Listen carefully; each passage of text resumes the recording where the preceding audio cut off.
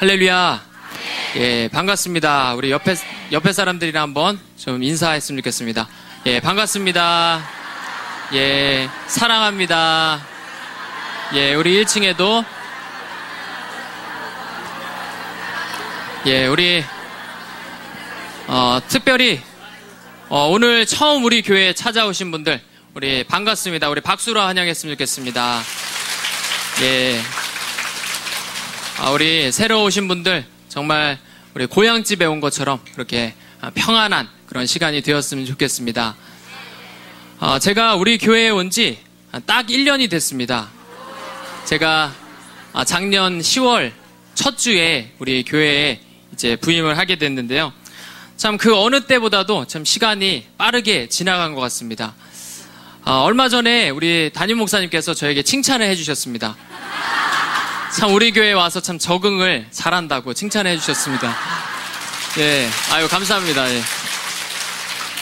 근데 뭐 제가 적응력이 뛰어나서가 아니라 제가 적응을 안 할 수가 없었습니다.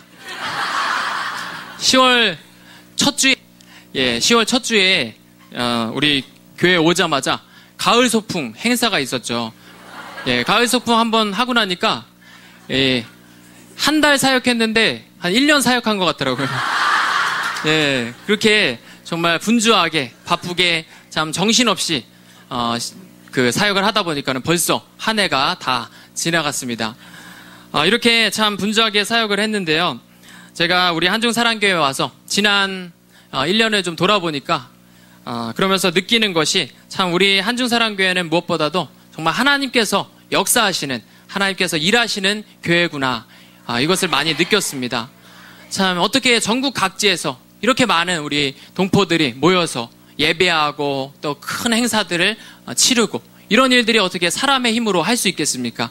하나님께서 역사하심으로써 이런 일들이 가능한 줄 믿습니다.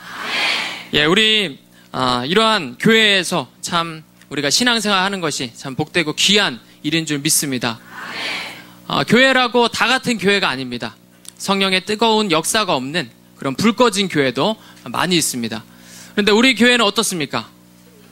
예, 오면은 썰렁합니까? 뜨겁습니까? 예, 많이 덥죠?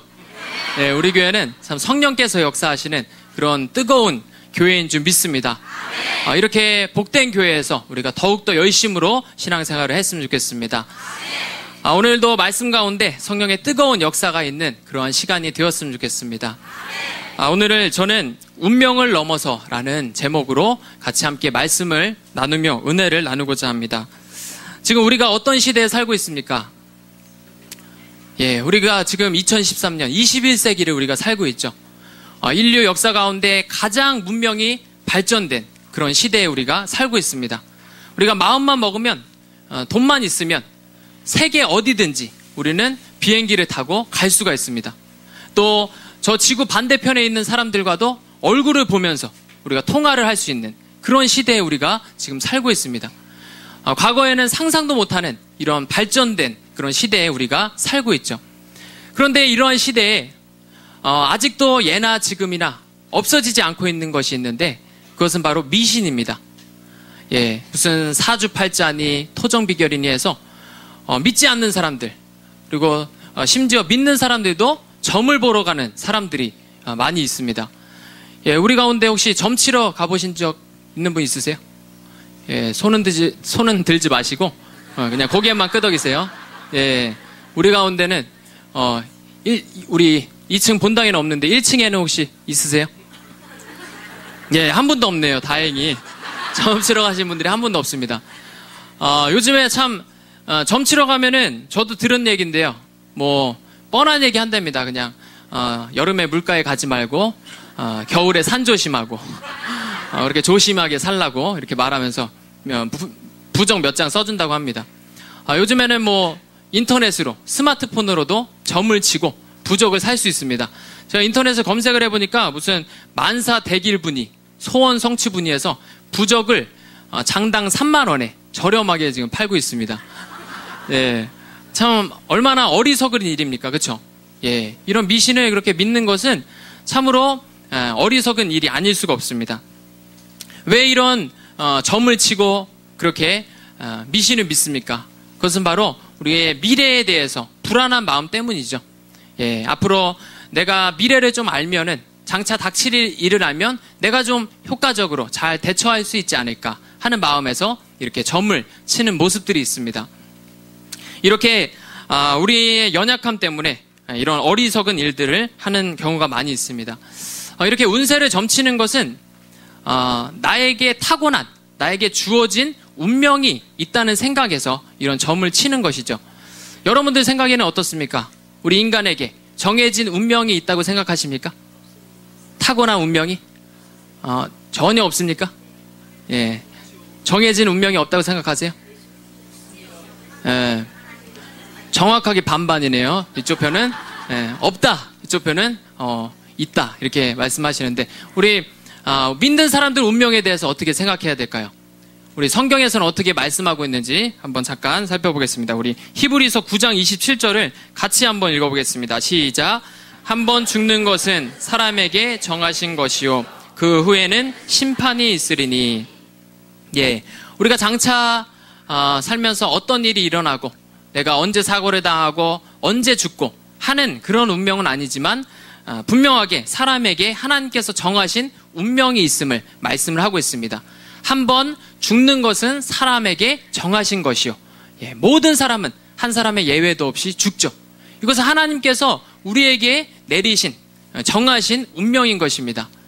이런 죽음의 문제뿐만 아니라 우리가 살면서 겪는 여러 가지 문제, 먹고 사는 문제, 집장만 하는 문제, 미래의 여러 가지 일들, 현실의 문제들, 이 모든 것들이 다 우리에게 하나님께서 정하신 그런 운명이라고 할 수가 있습니다. 그렇다면 우리는 왜 이토록 여러 가지 복잡한 문제들, 우리를 힘겹게 만드는 운명과도 같은 현실의 문제들을 우리가 떠안고 살아가야 할까요? 오늘 말씀을 통해서 오늘 현실의 많은 문제들이 왜 우리에게 주어졌는지, 그리고 그것을 통한 하나님의 뜻은 무엇인지 그것을 우리가 살펴보면서 함께 나누는 시간을 갖기를 원합니다. 오늘 본문 말씀에서는 우리의 비참한 운명이 결정되는 사건이 소개되고 있습니다. 우리가 당면한 많은 현실의 문제들, 우리를 힘겹게 하는 문제들의 원인은 죄라는 것을 우리에게 보여주고 있습니다. 본래 인간은 행복이 보장된 인생입니다. 하나님께서 만드신 아름다운 동산, 에덴 동산에서 먹을 것 걱정 안 하고 입을 것 걱정 안 하고 행복하게 살 수 있는 삶이 보장된 그러한 인생이었습니다. 하지만 죄는 한순간에 이 모든 것을 잃어버리게 만들었습니다. 죄는 우리가 있어야 할 그 행복의 동산에서 우리를 쫓아내고 모든 고통과 현실의 어려움 속에서 살게 만든 것입니다. 오늘 본문 말씀에서는 죄가 우리를 얼마나 비참하게 만들었는지를 자세하게 보여주고 있습니다. 오늘 말씀은 아담과 하와가 하나님의 말씀을 거역하고 선악과를 따먹은 다음에 장면이 묘사되고 있습니다. 우리 7절 말씀을 한번 같이 읽어보겠습니다. 시작. 이에 그들의 눈이 밝아져 자기들이 벗은 줄을 알고 잎을 엮어 치마로 삼았더라. 예, 죄가 가져온 첫 번째 운명은 인간이 존귀한 존재에서 비천한 존재로 전락하게 되었다는 것입니다. 범죄 후에 가장 먼저 인간이 체험한 것은 부끄러움이었습니다. 예, 죄는 우리에게 수치심을 가져다 주었습니다. 참 부끄러운 만큼 사람을 난처하게 만드는 감정은 없죠. 우리가 슬펐던 일이나 괴로웠던 일은 시간이 지나면 점차적으로 없어지고 또 우리 기억에서 사라질 수가 있습니다. 하지만 이 부끄러웠던 감정은 참 두고두고 우리를 따라다니면서 괴롭히는 그런 감정입니다. 또한 수치심은 사람의 자존감을 깎아내립니다. 존귀한 모습을 잃어버리게 만들고 비천해진 자신의 모습을 보면서 실망하게 만드는 것이 바로 이 부끄러움, 수치심입니다. 오늘 본문 7절 말씀에서 보니까 무화과 나무 잎을 엮어 치마를 만들었다고 말씀하고 있습니다. 이 모습은 어떻게든 빨리 부끄러움을 가리기 위해서 응급처치를 하는 그런 모습이죠. 그런데 한번 상상을 해보세요. 나뭇잎으로 만든 옷이 얼마나 부실하겠습니까? 그렇죠? 예, 나뭇잎 한 장 한 장 모아가지고 겨우 앞가리개를 만들었더니 제대로 움직일 수도 없습니다. 그렇죠? 조금만 움직이면은 곤란하죠. 그렇죠? 그리고 조금 있으니까는 또 나뭇잎이 말라가지고 막 찢어지네. 예, 얼마나 이게 난처합니까? 그쵸? 예, 이렇게 참, 조금 전까지만 해도 모든 것을 열고 떳떳하게 다녔던 우리 인간이 이렇게, 어디 좋은 나뭇잎 없나 찾아다니는 이런 비천한 그런 신세가 된 것입니다. 이처럼 죄는 사람을 존귀한 존재에서 비천한 존재로 만들고 사람이 가지고 있던 자존감을 잃어버리게 만들었습니다. 죄의 결과는 여기에서 끝나지 않습니다. 본래 하나님과 교제하며 즐거워해야 할 존재가 하나님을 두려워하고 이제는 피하는 그런 존재가 되었습니다. 오늘 10절 말씀해 보니까 아담은 내가 동산에서 하나님의 소리를 듣고 두려워하여 숨었나이다 이렇게 말하고 있습니다. 죄를 짓기 전까지만 해도 하나님의 음성은 온유한 음성이요 우리의 필요를 채워주시는 사랑의 음성이었습니다. 하지만 이제는 그 음성이 두려운 심판의 음성으로 들려지게 된 것입니다. 이 얼마나 불행한 일입니까? 물고기가 물을 떠나서 살 수 없듯이 우리 사람도 하나님을 떠나서는 살 수 없는 존재입니다. 그런데 죄는 우리를 하나님으로부터 단절시키고 영적으로 죽게 만들므로써 하나님을 떠나게 만들었습니다. 때문에 인간은 어떻게든 하나님의 그 빈자리를 채우기 위해서 노력해보지만 그 무엇으로도 그 공허함을 채우지 못해서 허덕이는 그런 존재가 되었습니다. 돈도 많이 벌어보고 세상의 쾌락도 누려보지만 모든 것이 다 허무하게만 느껴질 뿐입니다. 우리가 뉴스를 보면 간혹 가다가 돈과 명예와 권력 참 부러울 것 없이 모든 것을 가졌던 사람이 한순간에 자살하는 모습을 볼 때가 있죠. 왜 그렇습니까? 그것은 우리 인간 안에 있는 하나님의 빈자리는 그 무엇으로도 채울 수 없기 때문입니다. 우리의 빈자리는 오직 하나님만이 채우실 수 있습니다. 죄는 이와 같이 하나님과 우리 사이를 갈라놓음으로써 우리의 인생을 허무하고 공허한 인생이 되게 만든 것입니다. 죄의 결과는 하나님과의 관계뿐만 아니라 사람과 사람 사이의 관계도 파괴시켜 놓았습니다. 12절 말씀해 보면 본래 한 몸으로 지음받은 아담과 하와가 서로 불신하고 반목하는 모습을 우리에게 보여주고 있습니다. 내가 나무의 실과를 먹었느냐? 이 하나님의 질문에 대해서 아담의 대답은 어떻습니까? 하나님께서 주셔서 나와 함께 하신 여자가 먹으라고 해서 먹었습니다. 예, 이 말을 들은 하와가 얼마나 배신감을 느꼈겠습니까? 그렇죠? 같이 두려워서 이렇게 숨어 있는데 남편이 나서서 이 여자는 아무 잘못 없습니다. 예, 내가 다 책임지겠습니다. 이러면서 이 일을 수습해 줄 줄 알았는데 웬걸 예, 아내도 아니고 저 여자가 나에게 주어서 먹게 했습니다. 예, 참 이런 모습 참 보면서 그 앞전까지만 해도 어떻게 아담이 말했습니까? 여자를 보더니 내 뼈 중에 뼈요 살 중에 살이로다. 예, 이렇게 오버할 때는 언제고 이제 와서 예, 막 나가는 이런 모습을 보여주고 있습니다. 참 하와는 아마도 이런 모습 보면서 어떻게 이런 남자와 한평생을 내가 믿고 살 수 있겠나 이런 한숨과 탄식이 아마 나왔을 것입니다. 참 이 말씀 보면서 저에게도 참 가슴 아픈 찔림이 있습니다. 제가 2006년도에 결혼을 했는데요. 결혼하고 신혼여행을 발리라는 곳으로 갔습니다. 인도네시아 발리라는 곳으로 갔는데 참 발리 이름만 들어도 얼마나 낭만적입니까? 그렇죠? 예, 제가 첫째 날은 그래도 비교적 낭만적으로 보냈습니다.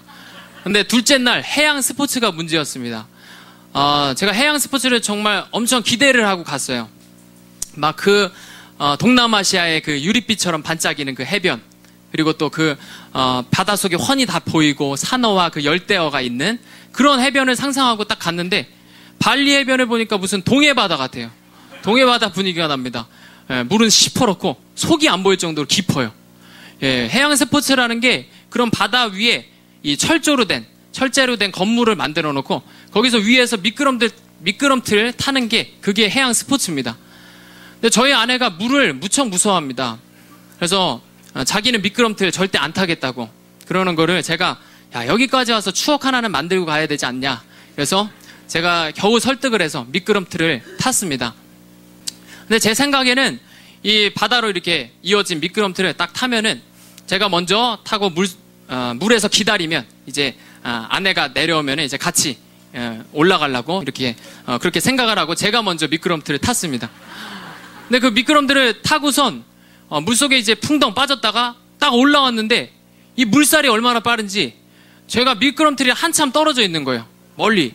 그래가지고 멀리서 아내한테로 가려고 막 헤엄을 치는데 아무리 헤엄쳐도 안 가지는 거예요. 물살이 세서. 그래서 할 수 없이 오라고 손짓을 했죠. 아내 보고.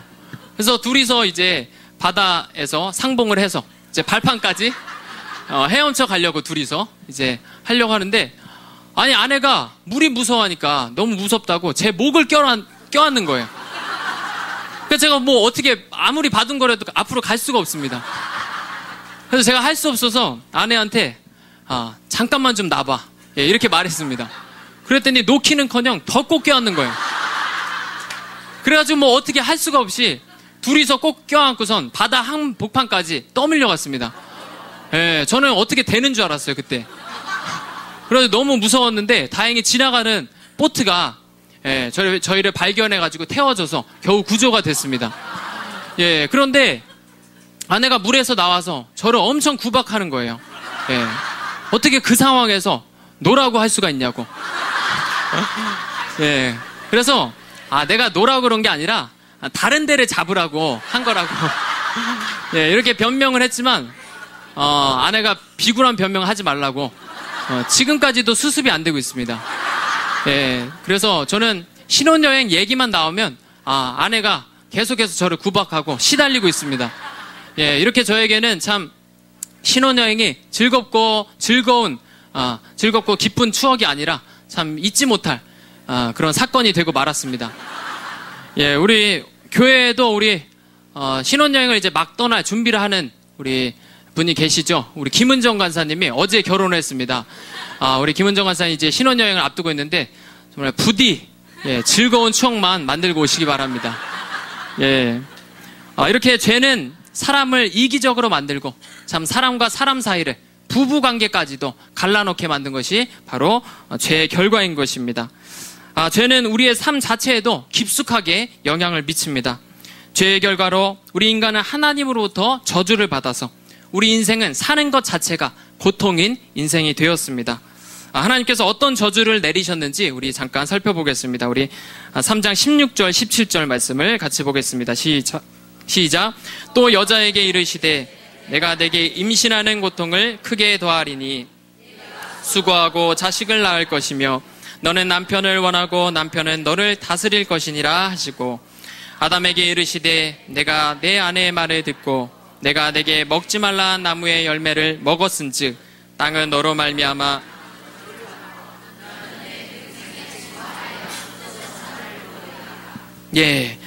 하나님께서 우리 인간에게 저주를 내리셔서 우리의 삶이 참 고달프고 힘들게 만드셨습니다. 참 우리의 삶의 모습을 보면 얼마나 참 힘겨운 모습들이 많습니까? 참 먹고 살기가 얼마나 힘들어요. 그렇죠? 예, 종일 땀 흘려 일해야 됩니다. 특별히 우리 동포 형제들, 우리 자매들 이야기를 들어보면 참 열악한 환경에서 일을 하고 있습니다. 또 우리나라에는 왜 이렇게 이상한 사장님들이 많이 있는지 일 시켜놓고 돈 안 주는 사장님들이 많아가지고 이렇게 눈물 흘리는 우리 동포들이 참 많이 있습니다. 또 돈 버는데 혼자 벌 수가 없죠. 서로 남편과 아내가 그렇게 축월하고 열심히 일을 합니다. 집에 돌아오면 어떻습니까? 참 피곤하니까 서로 돌아볼 여유조차도 없이 그렇게 돈을 벌고 있습니다. 그런데 차라리 한국 땅에서 함께 부부가 이렇게 일을 하면 좋겠지만 대부분의 우리 동포들은 또 떨어져서 가족과 떨어져서 외롭게 일하는 그런 모습들이 참 많이 있습니다. 이렇게 우리는 하루하루를 힘겹게 살아가고 있습니다. 그런데 이것은 우리 목사님들도 예외가 아닙니다. 서울의 어떤 목사님 이야기인데요. 서울에는 이제 큰 교회 같은 경우는 이제 몇 부씩, 3부 이상씩, 몇 번씩 예배를 드립니다. 성도님들이 많다 보니까 한 번에 다 드리지 못해서 우리 교회도 일부 예배가 있는데 다른 교회는 막 3부 이상 그렇게 있습니다. 그렇게 이 목사님이 예배를 여러 번 인도하고 이제 피곤한 몸을 이끌고 집에 왔습니다. 그래서 너무 피곤해가지고 집에서 좀 쉬려고 하는데 사모님이 집안일을 좀 거들러 달라고 하는 거예요. 그래서 그 목사님이 여보 지금 말 시키지 마. 나 오늘 설교 6번 했어. 이렇게 말했습니다. 그랬더니 사모님이 하는 말, 나 오늘 그 설교 다 들었어. 예. 이 한마디에 아무 소리도 못하고 집안일을 다 거들었다고 합니다. 참, 이렇게 우리의 삶은 서로 위로해 줄 수 있는, 여유조차 없는 그런 힘겨운 인생이 되었습니다. 우리가 훗날 우리의 인생의 여정을 돌아볼 때 야곱이 백발이 되어서 바로왕 앞에서 고백했던 것처럼 내가 험악한 세월을 보냈나이다, 이렇게 고백하지 않을 사람이 누가 있겠습니까? 참, 이렇게 힘든 생을 마친 후에 인간은 결국 죽음을 맞이하고 흙으로 돌아가게 됩니다. 다른 모든 피조물보다도 존귀하게 하나님의 형상대로 지음을 받은 그 존귀한 존재가 한 줌의 재로 아무 가치도 없는 먼지로 사라지게 된 것입니다. 이처럼 죄는 우리에게 너무나도 비참한 운명을 가져다 주었습니다. 인간의 운명은 이처럼 죄의 비참한 속에서 허우적거리며 살아야 하는 이러한 운명인 것입니다. 하지만 우리에게는 한 가지 희망이 있습니다. 그 희망은 하나님께서 우리를 이런 비참한 운명에서 건지시기 위하여서 친히 찾아오셨다는 것입니다. 하나님께서는 비참한 운명에 처한 우리 인간을 그냥 내버려 두지 않으셨습니다. 먼저 찾아오셔서 말씀하십니다. 오늘 9절 말씀을 한번 같이 읽어보겠습니다. 시작. 여호와 하나님이 아담을 부르시며 그에게 이르시되 내가 어디 있느냐. 하나님께서 찾아오셔서 내가 어디 있느냐라고 물으신 것은 너 어디 있어? 너 죄 졌으니까는 잡히면 죽는다, 이런 말씀이 아니었습니다. 물론 하나님께서는 공의의 하나님이시기 때문에 죄에 대해서는 반드시 죄값을 내리십니다. 하지만 하나님께서 이 말씀에서 찾아오신 것은 심판하시기 위해서 찾아오신 것이 아닙니다. 하나님께서 찾아오지 않아도 우리 인간은 죄로 말미암아서 죄의 결과로 멸망에 당할 수밖에 없는 것입니다. 그럼에도 불구하고 하나님께서 이렇게 찾아오신 것은 우리 인간에게 회복의 길을 보이시기 위함인 줄 믿습니다.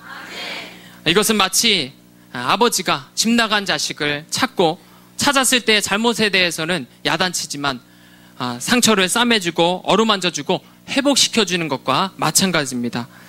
우리 하나님께서는 항상 우리를 찾으시는 줄 믿습니다. 하나님께서는 우리를 찾으시고 내가 어디 있느냐, 이렇게 물으십니다. 오늘 이 시간 내가 어디 있느냐는 하나님의 음성을 들을 수 있기를 원합니다. 우리 자신을 돌아보고 하나님께로부터 내가 멀리 떠나 있지는 않은지 우리 자신을 살펴보기를 원합니다. 우리는 항상 내가 어디 있느냐 라는 하나님의 물음에 대하여 하나님, 제가 여기 있습니다, 이렇게 자신 있게 대답할 수 있어야 합니다. 우리는 하나님 앞에서 있어야 할 자리에 있어야 합니다. 우리가 하나님 앞에서 있어야 할 자리가 어디입니까? 우리 바로 이 예배의 자리죠. 우리가 기도의 자리에 있어야 될 줄로 믿습니다. 혹 나는 하나님을 떠나서 죄의 자리에 지금 있지는 않은지 우리 자신을 살필 수 있기를 원합니다. 우리가 일자리에서나 가정에서나 그 어디에서나 내가 어디 있느냐는 하나님의 음성에 자신 있게 대답하고 우리 하나님 앞에 가까이 나아갈 수 있는 우리 모두가 되었으면 좋겠습니다. 우리가 죄로 말미암아 주어진 참으로 운명과도 같은 이 힘겨운 삶을 이겨내고 벗어나기 위해서는 가장 우선되어야 될 문제가 무엇입니까? 그것은 바로 하나님과의 관계의 회복입니다. 우리가 하나님과의 관계가 회복될 때 우리의 인생의 모든 문제도 해결될 줄 믿습니다. 하나님과의 관계가 회복되기 위해서는 무엇보다도 죄의 문제가 해결되어야 됩니다. 오늘 21절 말씀에 보니까 부끄러움으로 하나님께 나오지 못하는 아담과 하와에게 하나님께서는 친히 가죽옷을 만들어서 그 부끄러움을 가려주심으로써 하나님 앞에 나올 수 있도록 하셨습니다. 이 가죽옷이 어떻게 만들어집니까? 짐승을 죽여야지 가죽옷을 만들 수가 있죠. 짐승을 죽여서 피를 뽑고 가죽을 벗겨내야지만이 이 가죽옷을 만들 수가 있습니다. 한마디로 희생이 있어야만이 만들 수 있는 옷이 바로 이 가죽옷인 것입니다. 죄로 얼룩져 하나님께 나오지 못하는 우리를 대신해서 피를 흘리시고 하나님께로 나올 수 있게 하신 분이 누구십니까? 바로 예수 그리스도이십니다. 이 가죽옷은 우리 죄를 대신하여 희생하신 예수님을 예표하는 말씀이라고 할 수 있습니다. 우리 히브리서 말씀을 다 같이 한번 읽어보겠습니다. 시작. 그러므로 형제들아 우리가 예수의 피를 힘입어 성소에 들어갈 담력을 얻었나니 그 길은 우리를 위하여 휘장 가운데 열어놓으신 새로운 살 길이요 휘장은 곧 그의 육체니라.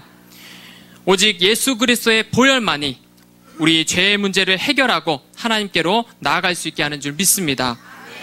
우리가 예수 그리스도의 보혈의 능력을 날마다 의지하여서 우리 죄를 하나님께 내어놓는 저와 여러분이 되었으면 좋겠습니다.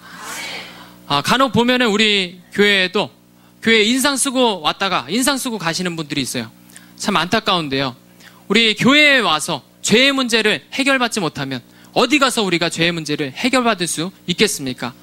우리 사랑하는 우리 성도님들을 한 사람도 빠짐없이 우리 교회에 와서는 정말 죄의 모든 문제들을 해결함 받기를 원합니다. 그래서 하나님 주시는 참 자유와 참 기쁨을 모두가 누릴 수 있기를 원합니다.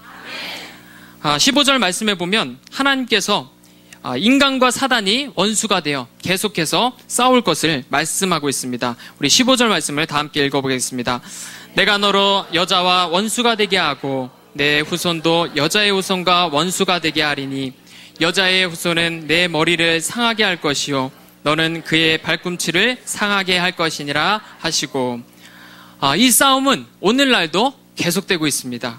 사단은 할 수만 있으면 어떻게든지 하나님의 자녀까지도 넘어뜨려서 죄의 비참함 속에서 고통받게 하려고 지금도 힘쓰고 있습니다. 하지만 우리는 걱정할 필요가 없습니다. 예수 그리스도께서 이미 승리하신 싸움이기 때문입니다. 하나님께서는 인간이 범죄하자마자, 아니 그 전에 이미 예수 그리스도를 통한 완전한 구원을 계획하시고 약속하신 줄 믿습니다.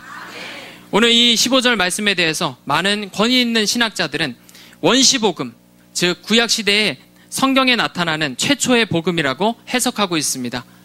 인간과 사단의 끊임없는 싸움 끝에 여자의 후손인 예수 그리스도께서 뱀으로 상징되고 있는 사단의 세력을 완전히 멸하실 것이라는 약속의 말씀이라는 것입니다.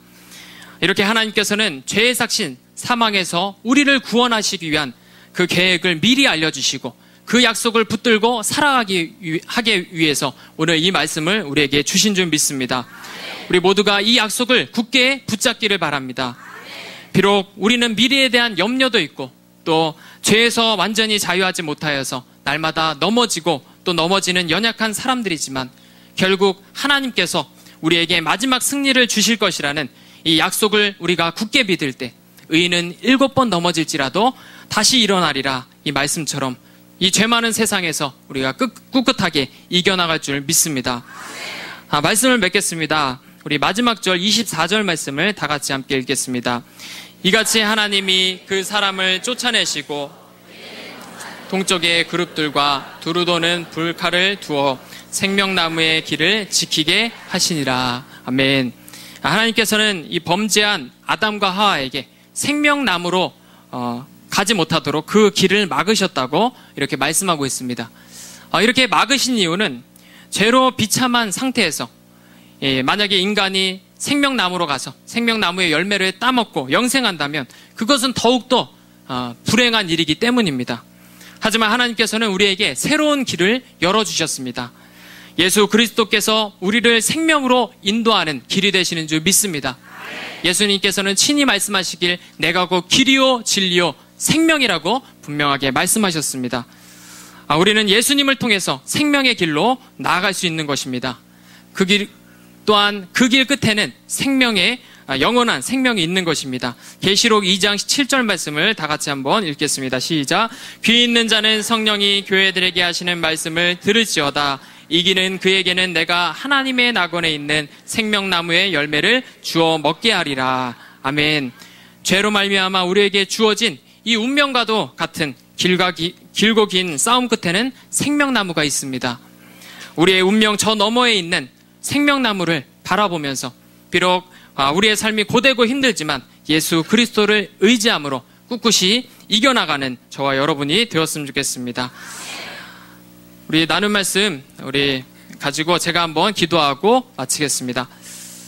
사랑과 은혜가 풍성하신 하나님 아버지 감사합니다. 오늘 말씀을 통해서 참으로 죄로 말미암아서 우리가 비참한 운명 가운데 있지만 우리를 구원하기 위하여서 예수 그리스도를 보내주시고 우리를 회복의 길로 생명의 길로 인도하여 주심에 감사를 드립니다. 하나님, 우리가 살아가면서 참으로 많은 어려움들이 있습니다. 이러한 현실의 모든 문제들 우리가 염려하고 근심하며 걱정하며 한숨 쉬며 살아가는 것이 아니라 예수 그리스도를 붙잡고 꿋꿋하게 이겨나갈 수 있게 하여 주시옵소서. 우리 늘 영원한 생명을 바라보며 하나님께서 주시는 새 힘 가운데 살아갈 수 있도록 우리 사랑하는 성도들의 정말 모든 믿음을 지켜주시고 항상 인도하여 주시옵소서. 감사하며 예수님의 이름으로 기도드렸습니다. 아멘.